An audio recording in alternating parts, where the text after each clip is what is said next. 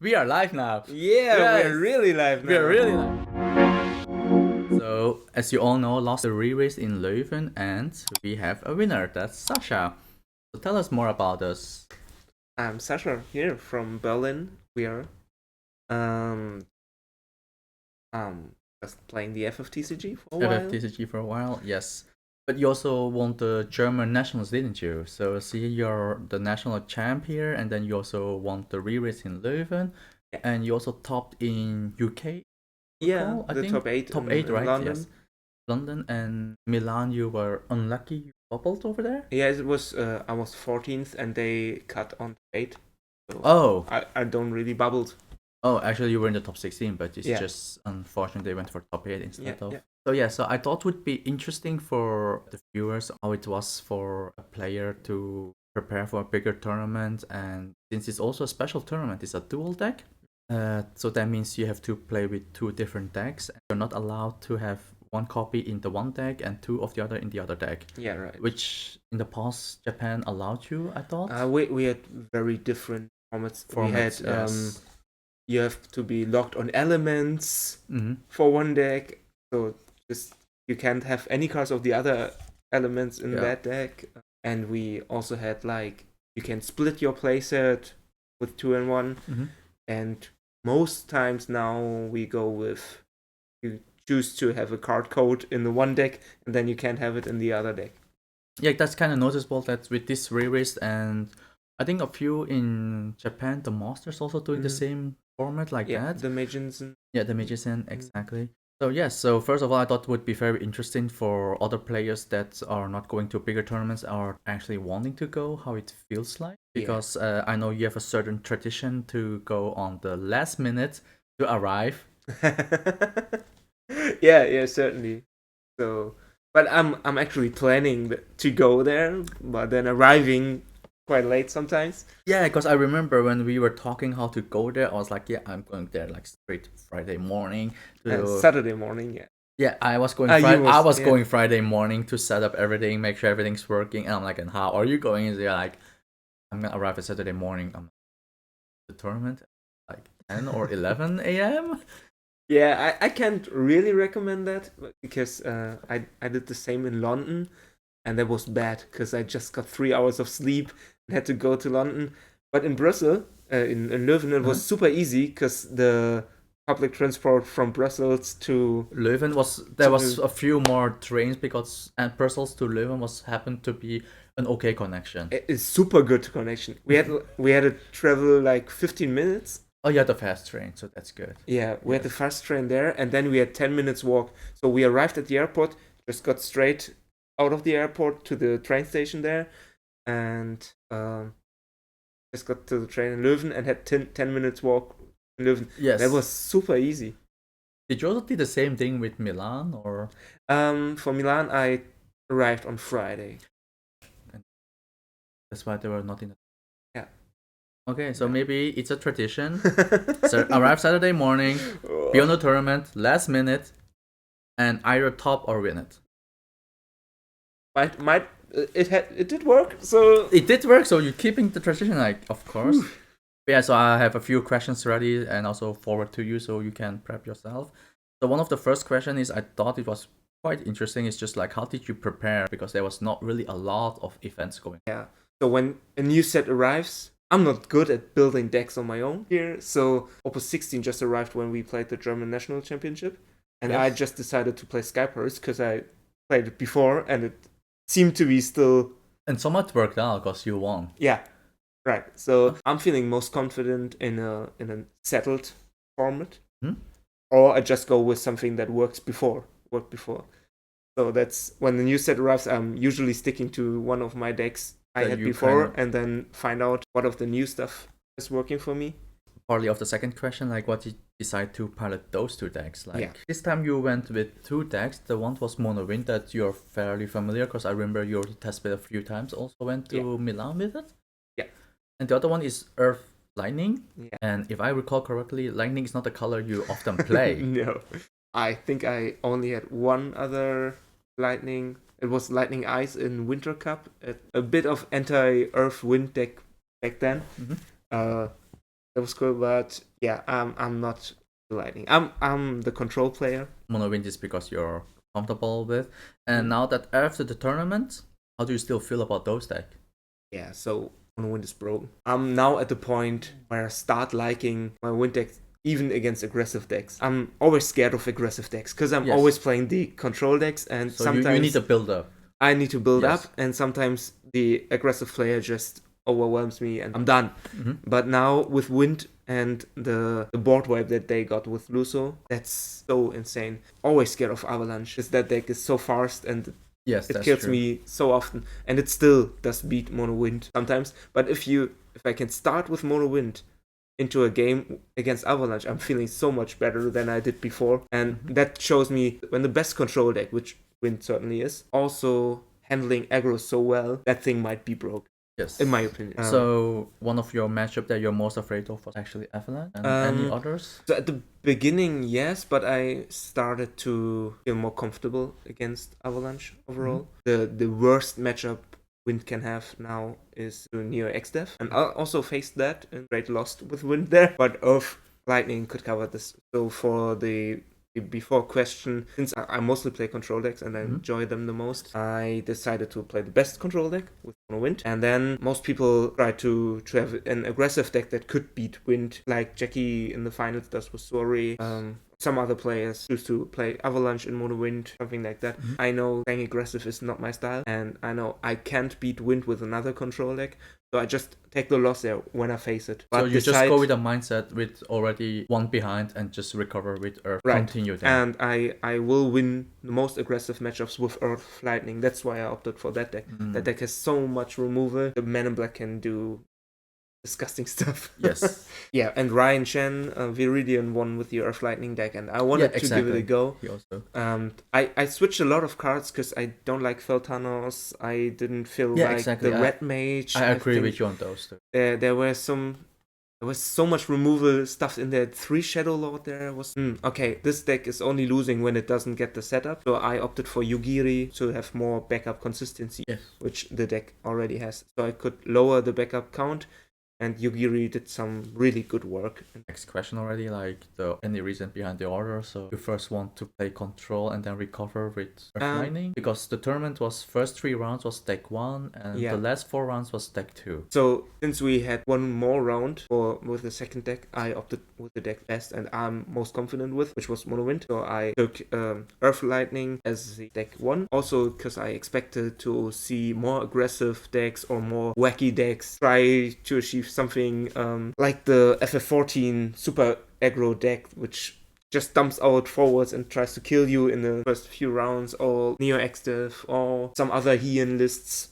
I expected like those decks to get started with, and that's why I choose the anti-aggro deck there, which I also did in London. I played Monks and Sky Pirates there, and I started with Monks there and faced all the Soirees and beated all the Soirees with my Monks, so there were less Soirees for my Sky Pirates, and so I beated some aggressive decks now and later on. Yeah, so I think we also have talked about like how many Reraise did you participate? We know the first one, that's London. Yeah, that was Milan. Munich you missed. Yeah, I can. Yes, then Milano. You go to so basically also went to 3. There has been 3. I was like, I at least need 3 because I need 3 Amaterasu. 3 Amaterasu.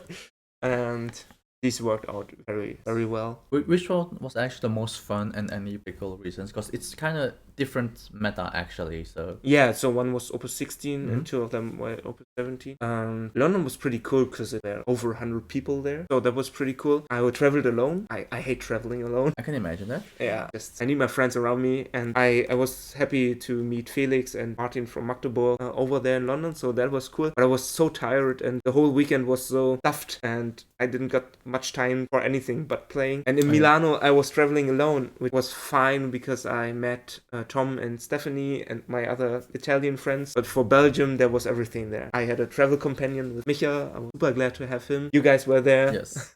Obviously. We had so many German players there. 12 players attended from Germany. Also, I won that one. That's a cherry on top, I guess. Yeah. And also I felt most confident with the decks I played because it was still diverse, but I knew what to expect. What to expect, yes, because I think it's kind of subtle with the re-release in US. Yeah. That kind of puts the pain like these are the more stronger deck. Yeah, also the results from everywhere, Japan, Thailand, they all were dominated by mono wind. So it was pretty clear. It was pretty clear, yes. Milano was an exception. For some reasons, I know there were more Ninja players there. Ninja is quite a bad matchup for mono wind. Yeah, so no one there played mono wind in top 8 in Milano. Was it also Earth Lightning? It was Earth Lightning and Suarez. Oh yeah, and then your funniest moment of the tournament, this tournament. Well, yeah, the best moment was just arriving there on time, just right about on time, and seeing all the people, this room packed with people I like and I love, and seeing all you guys, you were preparing your stuff. I was also not stressed because I knew we will be there on time. Yeah, that was amazing. So we also got a German group photo later on. Yes. And that one, my match on day 2 against Damien, it was in the top 4. That was funny because before I did some small videos for the Limit Break Berlin Insta. Check this out, guys.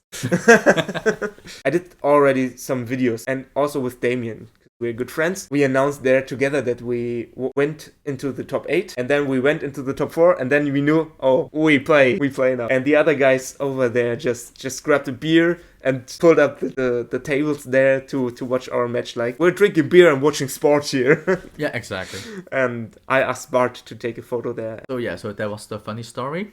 So how was actually the trip to and from Leuven? It was fine. It was totally working out, and I was super confident and easy. Since when you can get to the airport in less than an hour, it's pretty chill. I had all the lucky charms with me. You had all the lucky charms with you. Also, in the morning, on the Saturday morning, I was nervous because I was checking the way from. So I'm just living half an hour away from the airport, but the trains were not going in the morning, and I didn't know that in the evening. And after that worked out, I already took a bus to the airport, and it worked out. I knew nothing else can go wrong. So yeah, so of course I did some charts of the tournament. Of course, because you like data. I kind of like data, yes. I do like data, and also like I checked other re-races, I checked other tournaments, how they did, and I kind of want to put a little bit more effort into it. So this is basically the deck 1 and deck 2 that were participating. Mm-hmm. I forgot that Final Fantasy is a very diverse game. That there is so many other decks. 51 others. It was kind of interesting to see how the decks were differentiated and everything. Like a lot of people decide to go first with Acro, like you see Samurai 14, like such a big gap over there. Yeah, there were very few mono wins that go as its first deck, right? Mono win was 3. Yeah, and over there at deck 2 it has been 13%. 13%, exactly. So like 12 decks. Yeah, probably is the best deck out there, so I want to play 4 rounds with it. Here, as you can see, in deck 2 was one Sky Pirate. So Sky Pirate was still there, but just didn't make it the top cut. Yeah, I love Sky Pirates, but I don't see why should I play Sky Pirates when I could play mono wind. Then, of course, the second chart, I asked the players possible they could write down their nationality because I thought it would be interesting to know. Yeah. And most people would think, like, since it was held in Belgium players will be skyrocketing. Well, we are here to prove it wrong. Even more Luxembourg? No. No, we had one Luxembourg player. Okay. We had like 23% France. That's the majority. Yeah, I think props to all the France players that are traveling to all the re-races. They went to all the re-races. That's great. You guys are amazing. I was also surprised to see so much UK players. Yeah, they were pretty hyped. They wanted some event outside. Surprised to see quite a lot from Netherlands, Spain, Germany was kind of given since it's pretty okay close. Yeah. Didn't expect so many players from Spain, to be honest. Yes, it was the last chance to grab that Amaterasu, and that's why the UK players were hyped. Belgium is much more centered than Madrid or Lyon are. Yeah, I think that's the reason. And then this was the top 16 decks. Like that, like after you have seen the deck list in the top cuts, did it also influence your deck choice? Yeah, 100%. Because then you had the kind of like the mind game, then you kind of play like rock, paper, scissors. In this odd, a little bit higher chance to hit the right deck. Yeah, actually there was every of my opponents had a more aggressive deck than the other one. So they had a more controllish and a more aggressive or 2 aggressive decks. So I always opt for Earth Lightning first. But yeah, in the finals, Jackie was very unlucky. He was very unlucky. And you also hit him all the damage and no experts. I also waited to attack. Yeah, I know. You waited for the right time when you think like I'm safe. You're safe. To go. Even if you hit like a few experts, you can recover. I buffed my Bismarck so his elbows couldn't kill it, and it mattered. I wanted to use all my backups because my monster will attack and activate all the backups, and then I just buffed my Bismarck. But I really should have used the 1 CPU to save my Rosa as well. But I wanted to, but he already took the damage, and then I wouldn't matter. It was fun for me to make the short, and also frustrating, to be honest.